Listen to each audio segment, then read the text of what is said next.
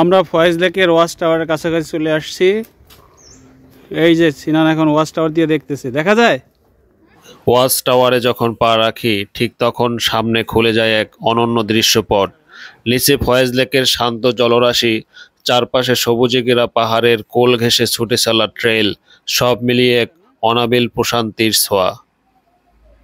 Watch টাওয়ারের উপরে দাঁড়িয়ে যদি চোখ মেলে সামনে তাকানো যায় তাহলে চট্টগ্রাম শহরের এক ব্যতিক্রমী রূপ ধরা দেয় চোখে।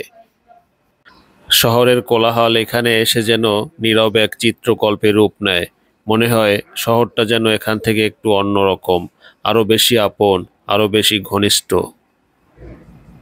এই ওয়াচ টাওয়ারে দাঁড়িয়ে একসময় মনে হয় পুরো শহরটা হাতের মুঠোয় ধরা।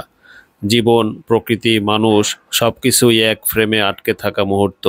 আর সেই মুহূর্তের সৌন্দর্য উপভোগ করতে হলে চাই একটু সময় নিয়ে সেখানে দাঁড়িয়ে থাকা, একটু অনুভব করা। চট্টগ্রামের পাহাড় জলনগরের অপূর্ব মেলবন্ধনে এক নির্জন কোণে অবস্থিত ফয়েজ লেক, একটি স্বপ্ন ঘেরা জলাশয় যেটি বহু বছর ধরে প্রকৃতিপ্রেমীদের টেনে আনছে নিজের টানে।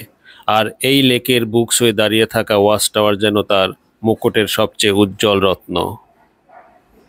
ফয়েজ লেকে আমার সঙ্গী ছিল আমার ছেলেরা। ফয়েজ লেকের পাথুরে রাস্তা বেয়ে যখন ওরা হাঁটছিল তখন চারপাশের নিস্তব্ধতা যেন গল্প বলছিল। পাখির ডাকে, পাতার দোলায় আর জলের শব্দে যেন গাথা ছিল এক প্রাকৃতিক সঙ্গীত। ছেলেরা ক্যামেরা হাতে মুহূর্ত ধরে রেখেছিল আর মাঝে মাঝে থেমে গিয়ে গভীরভাবে তাকাচ্ছিল পাহাড়ের গায়ে জমে থাকা কুয়াশার দিকে। পাহাড়ের উপরে নির্মিত বিভিন্ন প্রাণীর স্ট্যাচু দেখে তারা পুলকিত হয়েছিল। ওই যে সাপ, টিয়া পাখি ভেঙে গেছে। কই ঈগল পাখিতে ডিম পারছে না?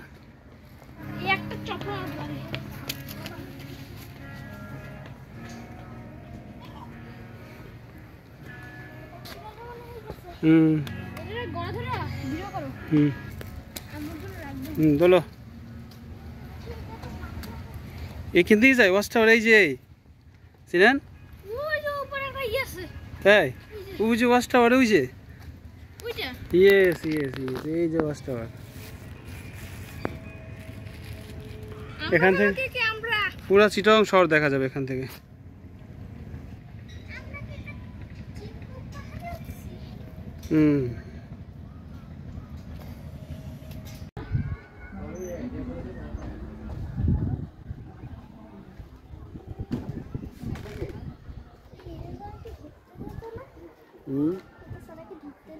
না ওইটা টিকিট।